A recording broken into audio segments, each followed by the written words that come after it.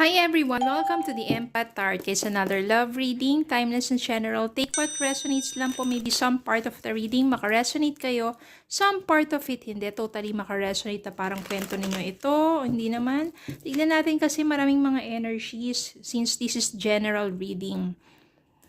Ano kaya yung mga gabay? Ano kayang klaseng love connections ito? Mga gabay at aral sa buhay, pag-ibig.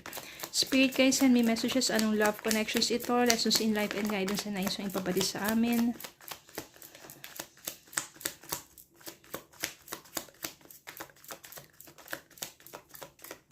Okay.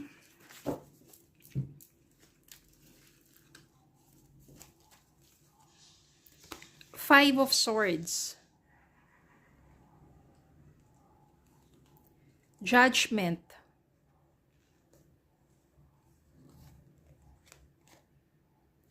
The Hierophant.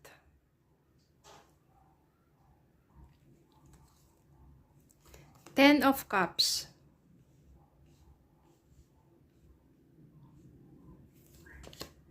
Knight of Cups. Temperance. Ace of Swords. Page of Wands. Parang ang clear ng message dito. Ito yung nangyayari sa person ninyo. Okay. Five of Swords. Maaring yung person ninyo ay nahihirapan na sa kanyang sitwasyon. Bakit? Kasi simula nang lumayo siya sa'yo at maaring meron siyang kasama ngayon, hindi siya masaya. Feeling niya nakastuck siya sa isang mas toxic na relationship na kung saan mas nahihirapan siya. Maring ito yung person ninyo. Ito yung nasisense ko. Ito siya eh. No, lalaki, no? Mas more of masculine energy. Nahihirapan siya kasi toxic yung kanyang kinakasama sa ngayon. At maaring dahil na rin sa pamilya nyon, kaya feeling niya na nasasakal siya, feeling niya sobrang nahihirapan siya sa sitwasyon niya. Gusto na niya makawala doon. Darating yung time dito, judgment,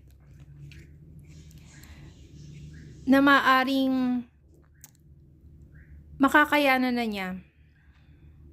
Makakayanan na niyang makalayo sa ganong klaseng situation.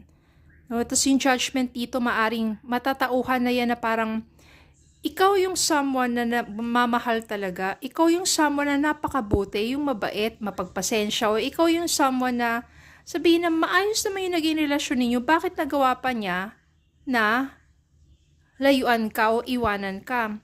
Ngayon, natauhan na yan. Pero hindi basta-basta dahil kahit gusto niyang bumalik sa'yo, magkakaroon kayo ng challenge. Dahil yung taong iniwan niya para bumalik sa'yo, eto, yung nandito, gagawa yan ng mga paraan pa para sabihin natin, habulin siya o para kung ano-ano pa yung gagawing paninira sa'yo. Sisiraan ka niya sa person mo, sisiraan ka ng taong yon sa person mo para hindi na siya tuluyang bumalik sa'yo. Pero mabuti na lang, yung person mo, clear na, klaro na ang kanyang isipan.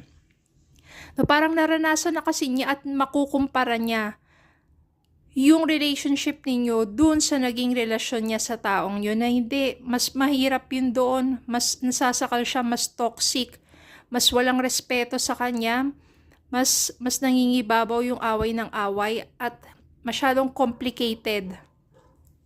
Complicated, no, parang na-sense ko rin dito kaya naging complicated kasi yung kinakasama niya or yung kasama niya ay meron ding iba pang parang nasa love triangle din sila. Tapos siya yung mas naiipit. Ang hirap no kasi yung kasama niya, meron din palang iba. Kaya magulo. Ngayon natauhan na siya, sinabi, ay, no, parang mali yung taong to, maling-mali. Ngayon, kung magkakaroon siya ng lakas ng loob na balikan ka, hindi rin magiging madali dahil eto, manggugulo pa yan eh. Parang mas more of ano kasi to eh, ang ano lang sa kanya is, yung intention is more of sexual, no? Pero klaro na yung kanyang isipan na hindi.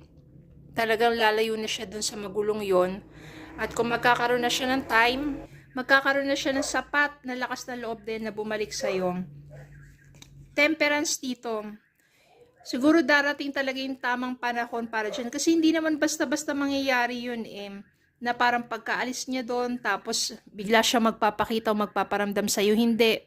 Kasi nandiyan pa yung kailangan pa niya ng lakas ng loob, kailangan pa niyang talagang humugot ng matinding lakas ng kanyang kalooban at saka yung kanyang kaisipan para harapin ka.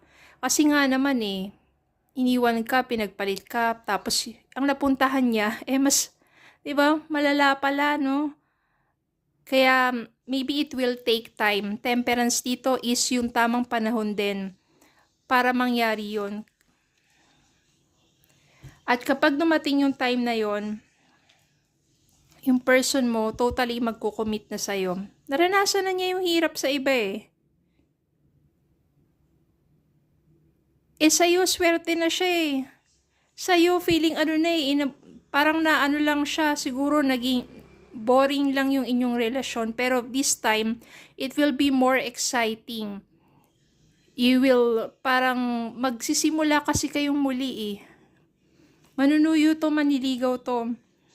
At pag dumating talaga yung time na kayo ay magkabalikan, sobra talaga yung commitment na to. Kasi sa'yo yung hinahanap niya talaga. Nakala niya mahanap niya sa iba pero hindi. Na-realize na niya ngayon na ikaw talaga yon.